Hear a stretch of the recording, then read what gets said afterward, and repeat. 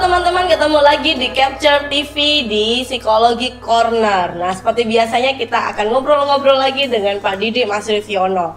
Nah, kalau di kesempatan kali ini kita akan membahas tentang mengatasi anak manja. Waduh, ini juga masalah yang paling sering kita jumpai. Nah, biasanya ini terjadi pada anak tunggal biasanya. Satu-satunya perempuan atau satu-satunya laki-laki.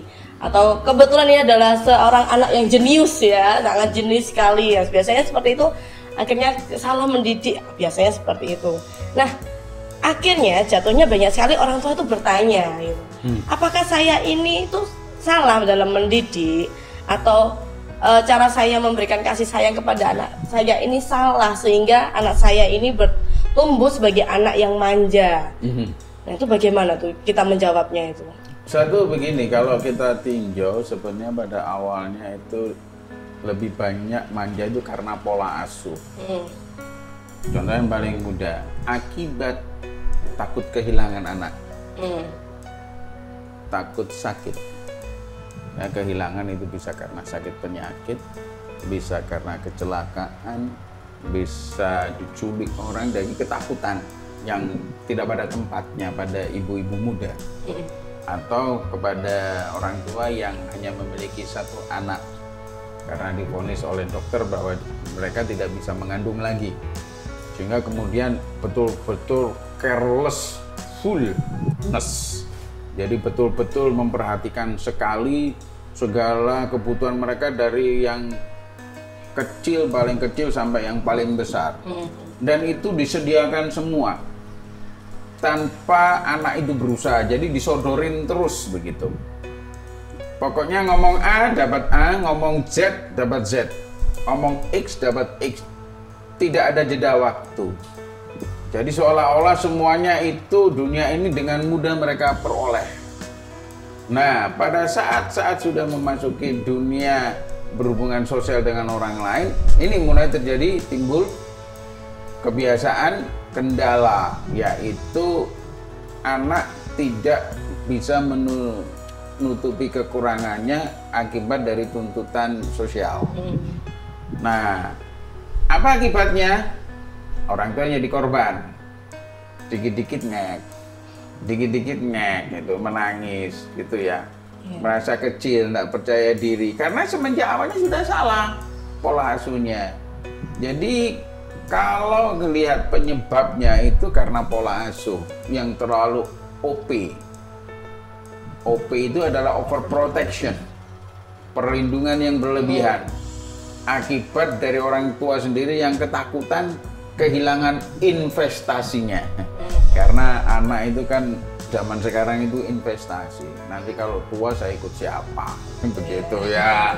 Akibatnya seperti itu, sehingga kemudian ditata supaya anak ini tidak merasa lelah, kecapean, dan kesusahan. Padahal kenyataannya di dunia luar itu penuh dengan kekerasan dan perjuangan. Ini kan bertolak belakang. Apa akibatnya? Anak-anak yang rentan untuk terhadap suatu masalah kemudian nempel ke orang tua, lengket kayak perangko. Karena orang tuanya tuh yang menyelesaikan. Saya kan cuman gerbong kereta yang belakang. Nah, ini bukan lokomotif saya ini cuma gerbong penumpang atau gerbong barang yang taruh paling belakang. Jadi saya tidak bisa berbuat apa-apa. Jadi semakin anak itu kehilangan kepercayaan diri untuk mengatasi masalahnya. Jadi pola asuh yang salah semenjak awal sudah menuntun anak untuk menjadi manja. Kenapa? Pertanyaannya kan begitu. Ini bisa terjadi. Satu tadi saya sebut sebagai overprotection yang berlebihan, ya, perlindungan, pengawasan, pemenuhan kebutuhan yang berlebihan. Yang kedua adalah hilangnya proses jeda, menunda. Di dunia ini tidak ada satu hal pun yang instan, didapat dengan mudah tanpa sebuah perjuangan. Ini hilang. Anak bunyi ngek gitu, mama aku butuh ini. Oh iya, kamu butuh ini, disodori. Jadi kan nggak ada perjuangan. itu fighting spiritnya hilang. Sehingga untuk anak-anak yang manja ini orang tuanya satu number one. Karena dia menjadi bodyguardnya yang memenuhi semua hal. Padahal anak itu belum mencapai yang namanya identitas diri, pencapaian diri, tidak memiliki kemampuan semuanya untuk dirinya sendiri. Penyesuaiannya diri belum, kematangan emosionalnya belum, keberaniannya belum, penampilan dirinya masih didandani, tidak bisa sendiri, and so on gitu ya. Nah, oleh sebab itu untuk anak-anak yang demikian ini proses jedanya hilang. Ya, oleh sebab itu saya hanya meminta kepada orang tua semua yang mendengarkan Capsule Psikologi Corner kita ini, jangan biasakan anak selalu mendapatkan. Kalau perlu menunda, kalau perlu tidak diberikan. Jadi tiga hal ini, bukan dua tapi tiga hal ini yang akan menolong mereka untuk menjadi dewasa. Tunda sebentar, tunda agak lama, atau tidak diberikan. Sehingga pada saat itu Anda bisa memperkenalkan, oh yang ini tidak boleh. Dengan tegas dari awal gitu. Sehingga anak kemudian punya intuisi merasa bahwa oh ini langsung bisa saya peroleh, oh ini tidak, ini saya harus berjuang. Jadi ada prinsip-prinsip begitu. Jangan sampai begini loh, ada orang yang punya rasa takut yang berlebihan karena manja berlebihan, menyeberang jalan pun nggak bisa, kan repot. Sehingga anaknya harus dituntun, padahal yang takut itu sebetulnya mamanya. Anaknya diikut-ikutan. Karena mulai kecil kan, jangan dulu, mama dulu ya, gini ya. Nah, menyeberang dulu, maju mundur mamanya, kan otomatis anaknya takut. Menular kan, itu mencontoh menular ya. Jadi anak kemudian manja, mama nggak berani, mama duluan gitu ya, mamanya disorong-sorongin gitu. Jadi ini kemudian pembelajaran yang tidak bagus untuk manja ini. Kesalahan pola asuh, kekurangan jeda, dan kemudian yang ketiga tidak tepatnya pemberian. Contoh yang paling mudah gimana kan begitu? Contoh pemberian yang tidak tepat gitu ya. Sudah tahu anaknya ini batuk pilek, ya masih dijanjiin, padahal itu kan harusnya penempatannya tidak.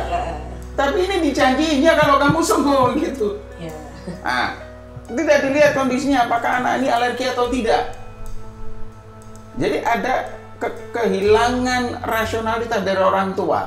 Ini boleh atau tidak, ya. Kemudian dijadikan daerah abu-abu, manja pasti, ya.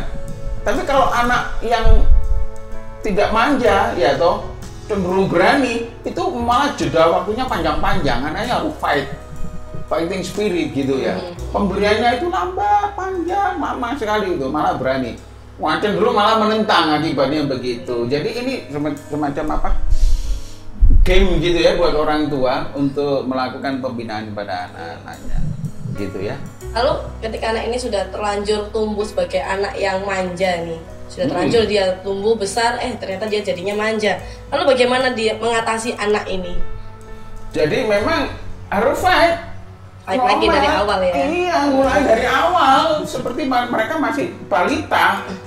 Repotnya kalau sudah SMP atau SMA, kemudian putus asa orang tuanya. Anak saya sudah besar begitu. Tapi mau apa lagi? Harus namanya pembelajaran. Namanya program reedukasi. Pembelajaran kembali bahwa ini boleh, ini tidak. Bahasa kerennya, ayo masuk terapi sosial. Masuk ke terapi, jadi nggak keren ini anaknya. Iya. Nah, anakku mengantarkan anakku mana ke terapi, waduh itu karena pola asuh yang salah dari awal ya. Betul. Ya, baik, terima kasih Pak waktunya. Nah, jadi teman-teman yang mungkin anaknya sudah terlanjur atau masih kecil, mumpung kalau masih kecil masih puji Tuhan masih kecil ya, masih bisa dibentuk lagi. Tapi kalau sudah besar, nah ini benar-benar harus dibentuk lagi dari awal, dari seperti balita lagi nih agak susah. Jadi memang kita sebagai orang tua nggak bisa terlalu memanjakan anak, nggak bisa terlalu menuruti apa mintanya anak. Kita harus membiasakan anak untuk bisa berusaha untuk mendapatkan apa yang mereka inginkan. Seperti itu ya Pak ya. Nah, terima kasih untuk teman-teman yang sudah menonton. Jangan lupa like dan subscribe. Mungkin teman-teman ada yang mau tanya, boleh banget komen di bawah, oke? Dan sampai jumpa di minggu depan, dan bye-bye.